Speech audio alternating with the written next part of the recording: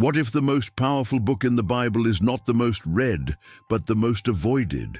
Picture a modern sanctuary, LED lights flashing, screens displaying carefully selected verses, haunting music echoing off the walls. In the center, an ancient Bible sits silently, its yellowed pages waiting to be opened to the most uncomfortable passage of all. This contrast is not just visual, it is spiritual. Because there is a letter in there, written not to comfort, but to shake the foundations of what we call faith today. Romans.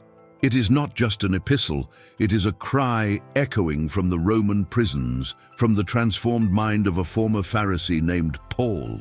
He wrote not to please the crowds, but as one who holds a torch to a world shrouded in darkness. Behind its dense verses lie truths that do not console, they confront. Paul revealed more than doctrine, a call to spiritual revolution. A letter that dares to declare that religion is not enough, morality does not save, and no system can withstand the weight of radical grace. But why does the modern church hesitate before Romans? Why does this letter continue to be preached in fragments, softened at the edges, silenced in its essence? Perhaps because Romans lays bare. It exposes religious pride, collective hypocrisy, and the illusion of spiritual control. It tears away the veneer of apparent holiness and reveals the human frailty of everyone, pastors and sinners, leaders and followers.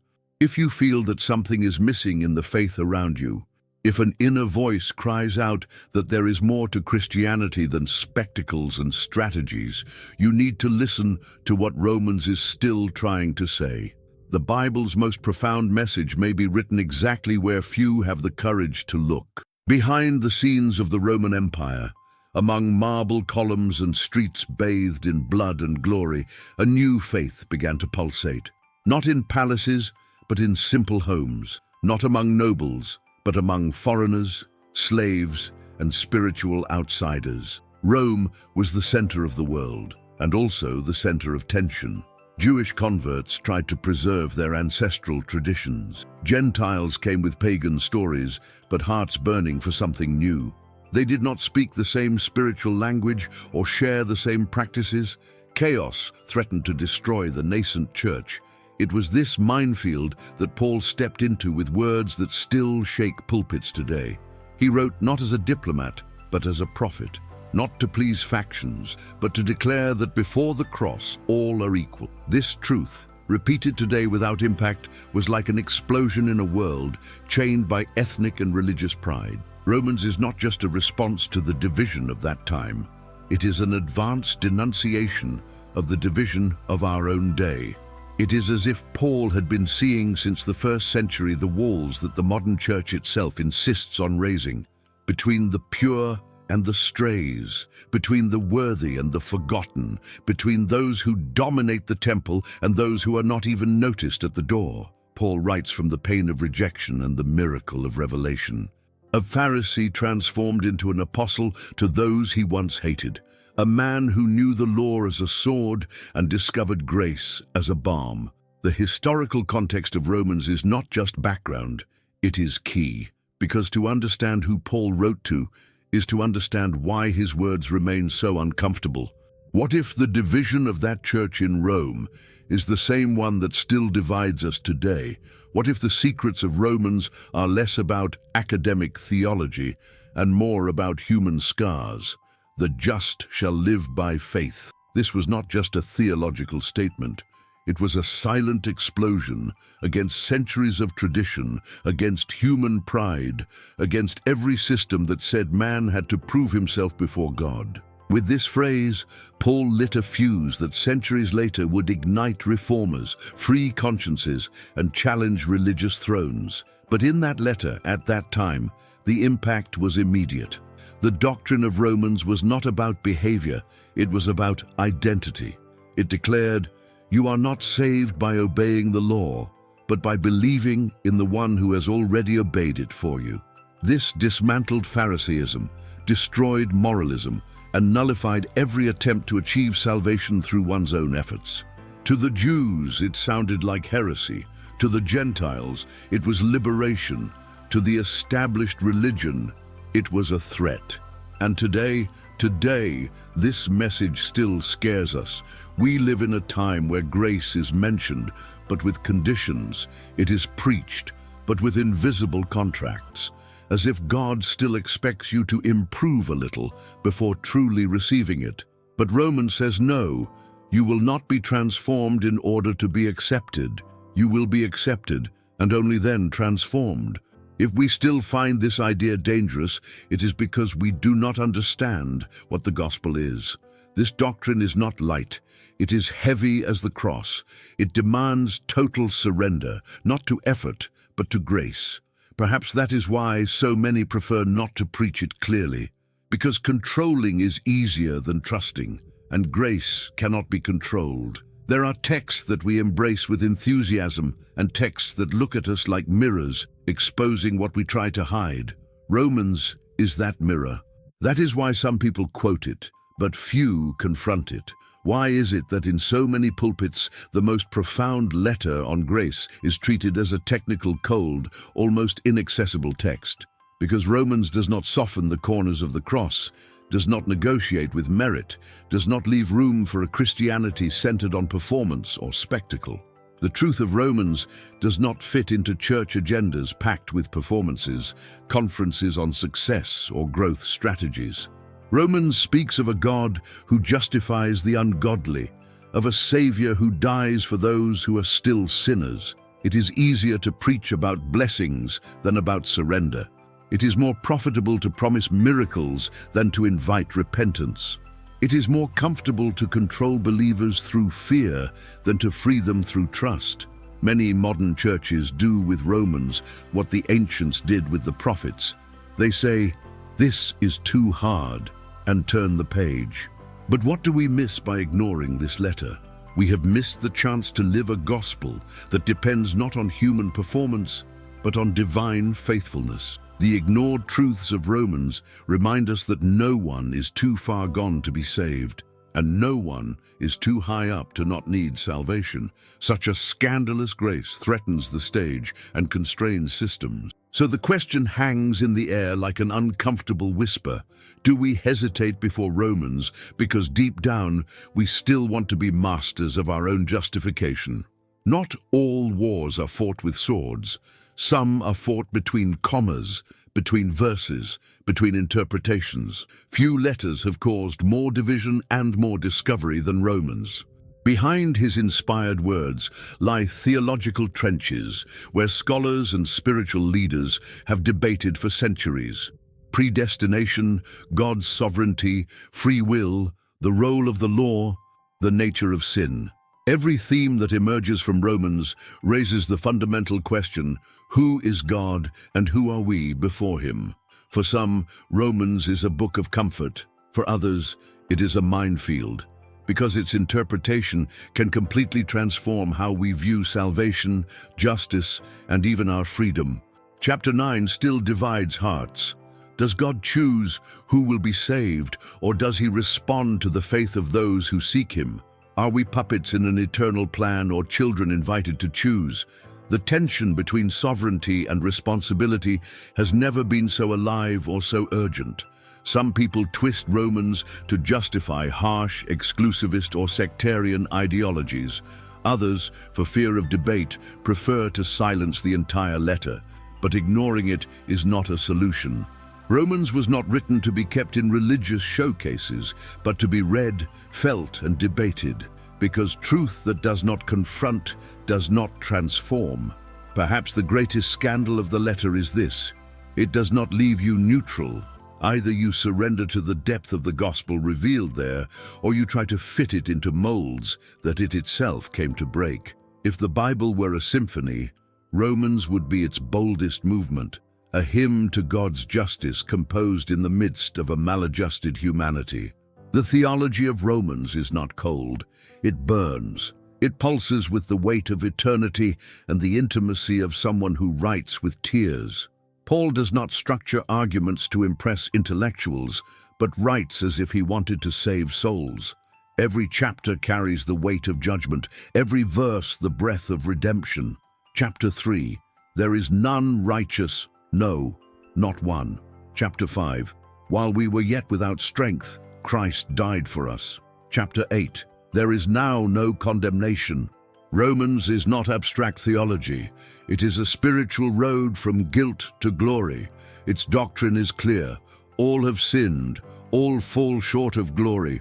All can be reached not by works, but by faith. This structure disturbs the religious and comforts the desperate. There is no merit that saves us, but there is grace that calls us. Romans and Christianity cannot be separated. The letter defines the foundations of the faith. Justice is not a reward, it is a gift. Salvation is not destiny, it is liberation. Redemption is not moral reform, it is death and resurrection. This analysis transforms lives. We are not good people who need to improve. We are dead people who need to be born again. Paul reveals a God who does not wait for us to climb steps, but comes down to where we are to lift us up. This breaks down pride, disarms fear, and invites surrender. If this grace is so clear, why do we still try to deserve it? There are texts that inform, others that move, but there are words that resurrect. Romans have been doing this for generations. A prisoner named Augustine in the 4th century heard Romans shake his conscience and turned from lust to become one of the greatest thinkers of the Christian faith. 1,000 years later, a distressed monk named Martin Luther read, "The just shall live by faith," and with that, the Reformation was born. But what about today? Can a letter written 2,000 years ago still touch the dry bones of our generation? The answer lies in silent stories. The woman who struggled with addiction and upon reading Romans 8 wept when she discovered that no condemnation could separate her from the love of Christ. The young man who grew up trying to please God with effort and fear, and upon studying Romans, understood that justice is not an achievement, it is a gift. This is the spiritual impact of Romans. It does not depend on temples or stages. It happens in the darkroom, on the bus bench, in the heart of the afflicted. Romans is not an ancient letter. It is a divine mirror in which we see who we were, who we are, and who we can be in Christ. Its lessons confront the pride of the strong and heal the shame of the weak. They challenge the ego of the religious and embrace the repentance of the humble. If you have come this far, perhaps it is because this letter is still alive, speaking, calling, tearing veils. Not all silence is sacred. There are silences that hide cowardice. One of the most glaring in our times is the silence of the church in the face of the truths of Romans. The letter that set the Reformation on fire today has become a footnote to a sermon. It doesn't fit into marketing strategies, prosperity campaigns, or speeches that pamper egos instead of confronting hearts. Romans is theological gunpowder. It blows up the altars of merit, tears up religious contracts written in fear, and signs the covenant of grace with blood. But where faith has become a business, Romans is inconvenient. It doesn't sell, it liberates. The contemporary church has often become a manager of the divine image. It presents a palatable, domesticated God, adapted to the expectations of consumers of faith. But Romans presents a God who justifies the wicked, who brings everyone to the dust, and then raises us up in glory. This equality is offensive because it overturns hierarchies, breaks invisible castes, and declares that pastors and homeless people are equally in need of the same cross. There is resistance because Romans disorganizes the stage, deconstructs performances, and reveals the spiritual nakedness of a generation that exchanged repentance for entertainment. But there is one thing that cannot be suppressed forever. The truth does not die. It waits. Romans is not the past. It is written prophecy, and it is coming back, not as polished preaching, but as a hammer that breaks rocks in pieces. At the heart of Paul's letter, a truth crosses the centuries like an indomitable flame, salvation by grace, accessible to all, without exception. No matter your history, culture, or tainted past, Romans declares in a firm voice that God is no respecter of persons. This is the revolutionary essence that the modern church often tries to avoid. Paul did not write to build walls, but to tear them down, to unite Jews and Gentiles, rich and poor, saints and sinners under one blanket of mercy. The deep secrets revealed in Romans shake human pride and invite radical humility. It is the doctrine of justification by faith, not by works, that breaks invisible chains and opens doors to true spiritual freedom. Ignoring this truth has a price, a diluted faith without the power to transform hearts. A church that preaches a half-hearted gospel without the spiritual impact that only grace can generate. The call of Romans is clear and urgent. Abandon the effort that enslaves, accept the grace that liberates, live the faith that transforms. This truth can no longer be hidden. It echoes through the centuries, crying out to be heard, to be lived. The cross is not an empty symbol, it is a gateway to new life for everyone, without distinction, without exclusion. Are you willing to face this truth, or will you remain comfortable in the security of old dogmas? Romans is not just an old book, it is an invitation to be reborn. The message of Romans is not meant to be buried in dusty pages. It is alive, pulsating, urgent, an invitation that reaches out through time to you. Imagine the impact if every heart dared to embrace the radical grace that Paul revealed. If every church abandoned legalism and embraced the freedom of authentic faith. If instead of walls, it built bridges of love and inclusion. The challenge is not small. It requires courage to question ingrained practices, to break with comfortable traditions. But the reward is unparalleled. A renewed faith, a love that transcends differences, a true communion. Today you have the opportunity to be part of this transformation. Start studying Romans with fresh eyes, seeking the ignored truths and secrets that the modern church is reluctant to face. Allow this ancient letter to speak to your soul and revolutionize your life. If this message spoke to you, share it with those who need to hear it. Because living Romans is more than knowing a text, it is experiencing life in its purest and most liberating form. The truth of Romans can no longer be hidden. It is a flame that burns, a wind that moves, a light that illuminates. Accept this call. Be the change. Heaven has spoken. Now it's your turn.